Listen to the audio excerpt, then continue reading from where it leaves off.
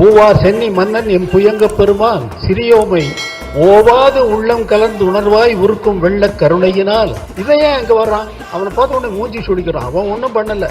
தாமே தமக்கு சுற்றமும் தாமே தமக்கு விதிவகையும்ங்கிறாரு. பொய், இந்த உலகம் பொய், இந்த உடல் பொய், எல்லாத்தையும் விட்டு விட்டு அவனுடைய கடல் புகழ்வதற்கே அந்த விதி என்று ஒன்று கிடையாது. அவன் கடல் புகழ்வதற்கு சேர்ந்தது. சீக்கிரமா நேரத்தை பாருங்கன்னு பாடுறாரு.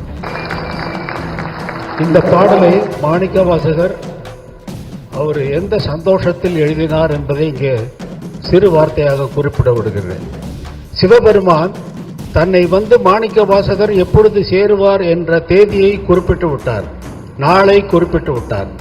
அந்த சந்தோஷத்தில் பூவார் சென்னி மன்னன் எம் புயங்க பெருமான் சிறியோமை ஓவாது உள்ளம் கலந்து உணர்வாய் உருக்கும் வெள்ள கருணையினால் வா என்னப்பட்டீர் அன்பாய் ஆட்பட்டீர் வந்து உருப்படி மின் போவோம் காலம் வந்தது கான் பொய்விட்டு உடையான் கடல் புகவே. பொய், இந்த உலகம் பொய், இந்த உடல் பொய், எல்லாத்தையும் விட்டு விட்டு அவனுடைய கடல் புகழ்வதற்கே சேருவோம் என்ற அந்த சந்தோஷத்திலே பாடியது. எல்லோரையும் ஆண்டு புகவே வேண்டாம் புலன்களின் நீர் புயங்க பெருமான் பூங்கொழலில் சேர்கள்.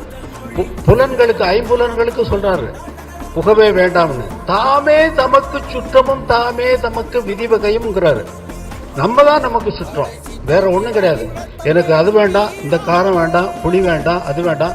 இதையே அங்க வர்றான், அவனை பார்த்த உடனே மூஞ்சி சுடிக்கிறான். அவன் ஒன்றும் பண்ணல.